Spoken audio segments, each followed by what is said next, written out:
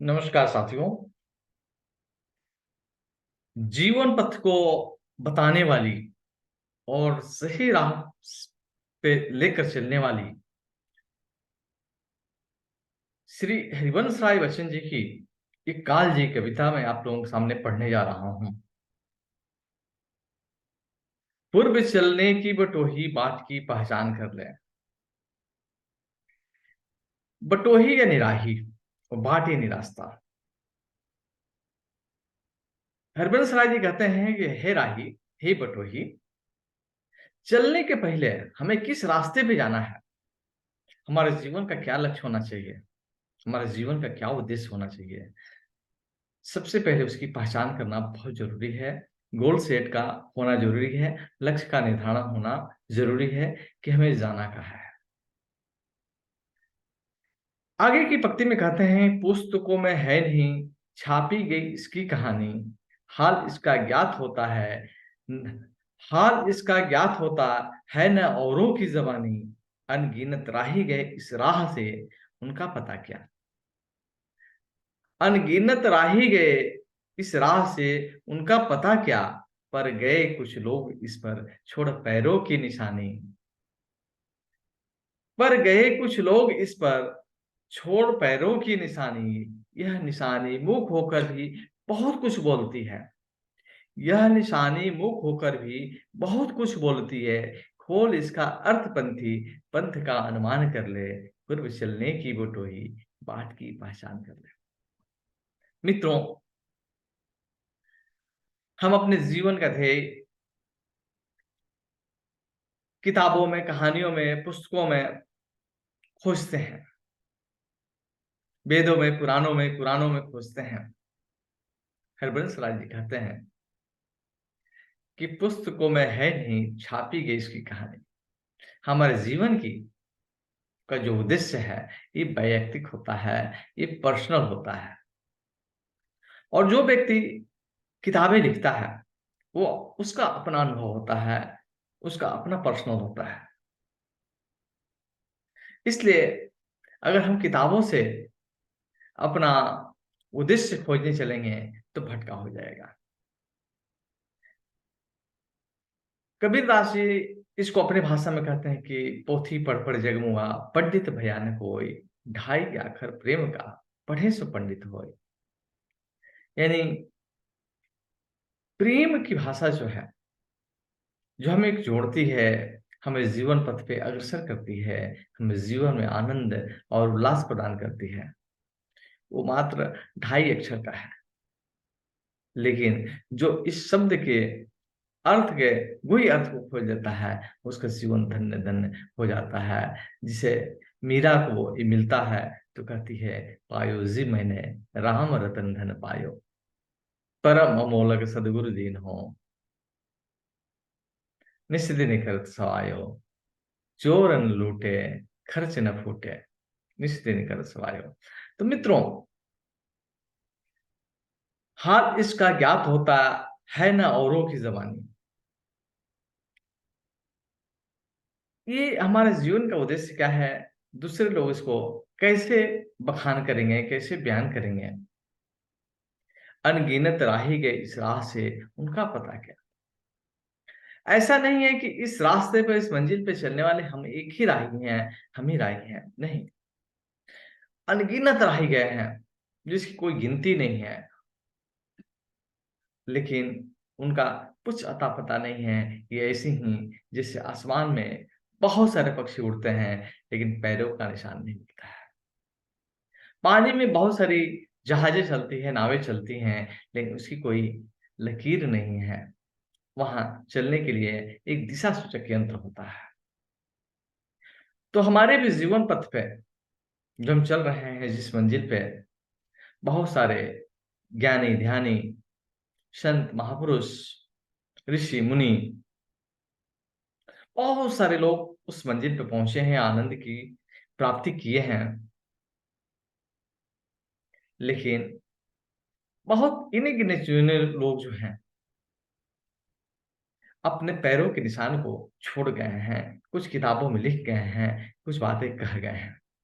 पर गए कुछ लोग इस पर छोड़ पैरों की निशानी। कुछ लोग हैं जो अपने पैरों के निशान छोड़कर गए हैं, वो अपने पद चिन्हों को छोड़कर गए हैं कि हमारे पीछे जो राही हैं, वो इस रास्ते का अनुसरण करते-करते वो भी इस मंजिल पे पहुँच जाएँगे।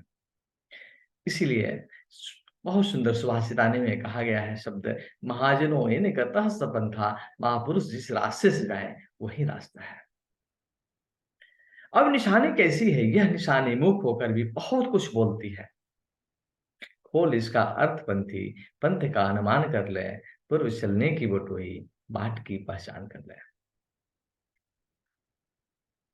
ये जो निशान छोड़कर गए हैं, ये मुख है, गूंगी है, लेकिन बहुत कुछ बोलती है, गूंगी होकर भी बहुत कुछ बोलती है। करना क्या है? कहते हैं, हे पंथी, इसके अर्थ को खोलो, इस पहेली को सुलझाओ, इस पंथ का, इस रास्ते का अनुमान करो, पूर्व चलने की बटोही, बाट की पहचान कर ले। हे बटोही, पहले चलने के पहले अपने लक्ष्य का अनुसंधान कर ले कि मुझे जाना कहाँ है, मुझे पाना क्या है, मुझे करना क्या है।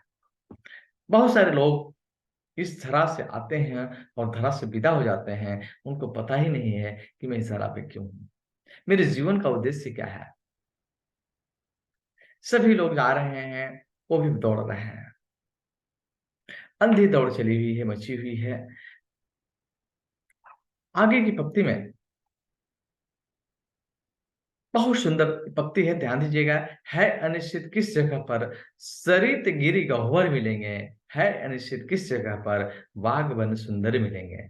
किस जगह यात्रा खत्म हो जाएगी, किस जगह यात्रा खत्म हो जाएगी, यह भी अनिश्चित है। अनिश्चित कब सुमन, कब कंटकों के सिर मिलेंगे, कौन सहसा छुट जाएंगे, मिलेंगे कौन सहसा, आ पड़े कुछ भी रुकेगा, तू न ऐसी आन कर ले, पूर्व चलने की बटोही, बाट की पहचान कर ले। मित्रों, ये हमें जीवन के उद्देश्य को इंडिकेट करने वाले, निर्देशित करने वाले ये दिशा सूचक पंक्ति है। कहते हैं कि है अनिश्चित किस जगह पर, यह निश्चित नहीं है। जैसे कि ये निश्चित है कि गंगोत्री से गंगा निकलती है और गंगा सागर में जाकर मिल जाती है, लेकिन हमारे जीवन की जो सरिता बह रही है, वो कौन से पहाड़ से निकलती है और कहाँ जाकर मिलेगी, यह कोई निश्चित नहीं है, यह निश्चित है। जब हम किसी बाग में जाते हैं, तो दूर से ही उसकी खुशबू आने लगती है, उसको फूलों की सुगंध आने लगती है, उसके फल की मिठास आने लगती है। लेकिन जब जीवन पथ पे चलते हैं, तो वह जगह भी अनिश्चित है, वह बाग भी अनिश्चित है। ये कोई निश्चित नहीं है कि हमारी यात्राएँ कहाँ पे खत्म हो जाएगी, हमारे जीवन का अवसान कहाँ पे हो जाएगा। इसीलिए तो किसी ने कहा है कि ज़िंदगी जो है 3 पेज की किताब है। पहला पेज हमारी जन्म थी, जो ईश्वर ने लिख दिया कि हम कहाँ, किस परिवार में, किस जगह पे जन्म लेंगे। ये हमारे पूर्व कर्मों के संस्कार की वजह से ये हमने जन्म ले लिया। और अंतिम पेज हमारी मृत्यु है, हम कहाँ पे, किस जगह पे, किस समय पे हमारी इस देहावसान हो जाएगा, ये भी अनिश्चित है। लेकिन बीच के पन्ने खाली है, आप उसे रंगिए, पेंटिंग कीजिए या फाड़िए, ये हमारे हाथों में है। इसलिए हम अपने भाग्य के निर्माता स्वयं हैं। कौन सहसा छुट मिल जाएंगे, मिलेंगे कौन सहसा, आप पड़े कुछ भी रुकेगा, तू न ऐसी आन कर ले, पूर्व चलने की बटोही, बाट की पहचान कर ले। रास्ते में जब हम चलते हैं, तो बहुत सारे यात्री हमारे गंतव्य स्थान से वो भी चलते हैं, लेकिन उनका बीच में ही उतर जाते हैं। कुछ जो है हमारे सफर के अंत तक वो सफर करते हैं। तो ये कोई ज़रूरी नहीं है कि कौन हमारे साथ हमारे मंजिल तक पहुँचेगा, या कौन जो है छूट जाएगा, या रास्ते में कौन किसकी मुलाकात होगी। जो भी आया है वो रुकेगा नहीं। ये जो है काल चक्र चलता रहेगा, चलते रहेगा। कोई आए या कोई जाए, इससे जो है इस काल चक्र का कोई फर्क नहीं पड़ता है। इसलिए ए पंथी, ए राही, चलने के पहले जो है तू अपने पथ का अनुमान कर ले, कौन से रास्ते पे तुम्हें जाना है, तुम्हारे जीवन का उद्देश्य क्या है, तुम्हारा जीवन का ध्येय क्या है, तुम्हारे जीवन का मकसद क्या है। बहुत सुंदर पक्ति है। कौन कहता है कि सपनों को न आने दे हृदय में। कौन कहता है कि सपनों को न आने दे हृदय में, देखते सब हैं इन्हें अपनी उम्र अपने समय में। कौन कहता है कि सपनों को न आने दे हृदय में, देखते सब हैं इन्हें अपनी उम्र अपने समय में। और तू कर यत्न भी तो मिल नहीं सकती सफलता, ये उदय होते के लिए कुछ दे नैनों के निलय में। किंतु जग के पथ पर यदि स्वप्न दो तो सत्य 200, स्वप्न पर भी मुग्ध मत हो, सत्य का भी ज्ञान कर ले, पूर्व चलने की बटोही बाट की पहचान कर ले। मित्रों, बहुत सुंदर पंक्ति है, इसे ध्यान से समझना है। हरिवंश राय जी कहते हैं कि कौन कहता है कि सपनों को न आने दे हृदय में। बहुत सारे लोग कहते हैं ये मात्र ख्वाब है, ये ख्याली पुलाव है, ये सपने, ये सपने हैं, ये दीवा स्वप्न है। नहीं,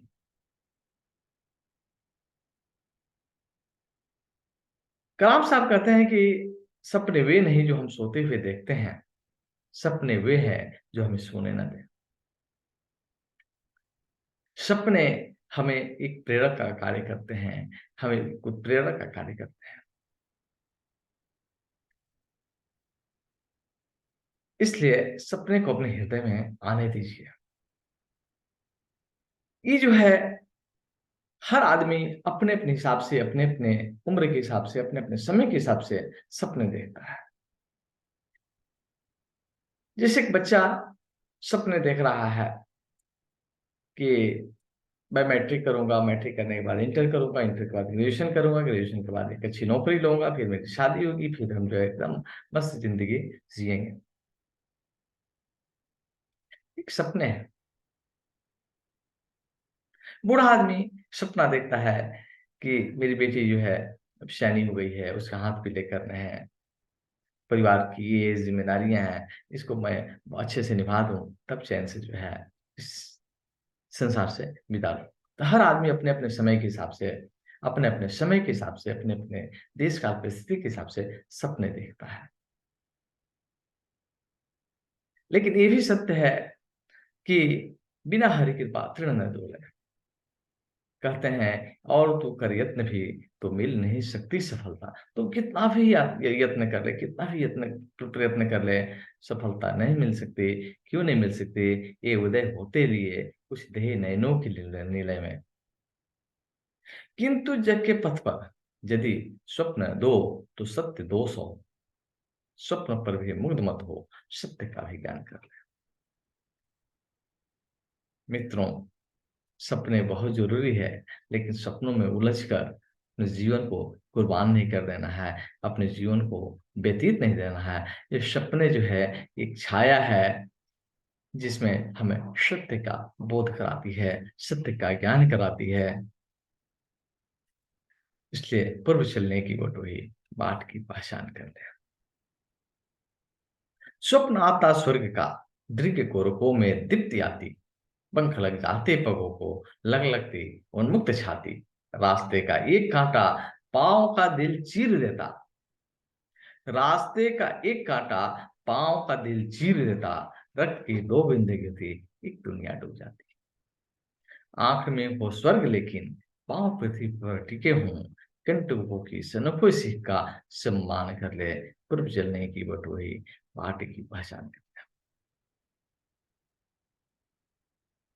मित्रों, सपने कैसे हैं? जिससे हम गाड़ी पे चलाते हैं और मस्त जा रहे हैं, तभी एक कील जो है आती है और उस टायर में चुभ जाती है, हवा निकल जाता है, पंचर हो जाती है। अब मस्त से हम 2-4 लोग जो है उस गाड़ी में यात्रा कर रहे थे।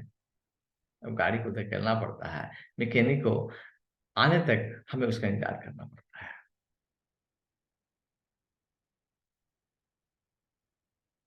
मित्रों, सपने में जब पंख लग जाते हैं, तो हमारे पैर थिरकते हैं, पैर रुकते नहीं हैं। जिस व्यक्ति के पास कोई सपना नहीं होता है, वो अपना आजीवन जो है आलस में व्यतीत कर देता है, अपना जीवन जो है यूँ ही बर्बाद करता रहता है। शराब के नशे में, मादक जो है सोया रहेगा, खाएगा, पिएगा और यही कहेगा कि ये ड्रिंक एंड बी मैरी, खाओ पियो और मौज करो, ज़िंदगी यही है। लेकिन जिसके पास सपने हैं, वो कभी रुक नहीं सकता, वो ठहर नहीं सकता है। जैसे नदियों की अंदर एक प्यास है, तो सागर की तलाश कर ही लेती है। यहाँ पे हरिवंश राय जी के रास्ते का एक कांटा पाँव का दिल चीर देता। हमारे जो अंदर आस-पास के जो नेगेटिव लोग हैं, जो नकारात्मक लोग हैं, उनकी एक बात हमारे दिल में जाकर चुभती है, रक्त की 2 बूंदें गिरती है, हमारे सपने बिखर जाते हैं और सपने ही हमारी दुनिया है, हमारी दुनिया ही डूब जाती है। इसलिए इन काँटों से भी थोड़ा-सा हमें सावधान रहना है और काँटे को ऐसा समझना है कि हमारे अंदर काँटा गड़ा हुआ है, ये काँटे जो गड़े हैं, इस काँटे से इस काँटे को निकाल देना है। ये काँटे को सहयोगी बना लेना है। रास्ते में जो पत्थर आते हैं, इसको सीढ़ी बना लेनी है। कांटकों की इस अनोखी सीख का सम्मान कर लें। ये जो है रास्ते के जो काँटे हैं, ये बहुत अनोखी सीख, एक अद्भुत सीख देती है। इसका हमें सम्मान करना है।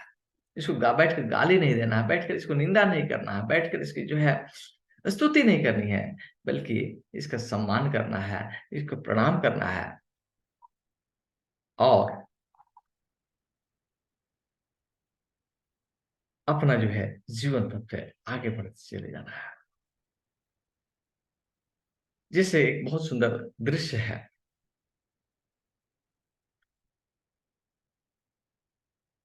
महाभारत का प्रसंग है। अर्जुन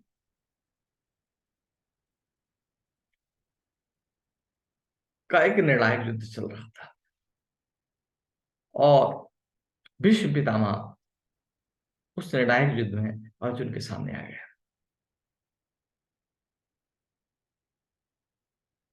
तो कृष्ण भगवान संदेश देते हैं कि ये अर्जुन, तू जिससे युद्ध लड़ रहा है, ये इच्छा मृत्यु का कवच पहनकर तुम्हारे सामने है।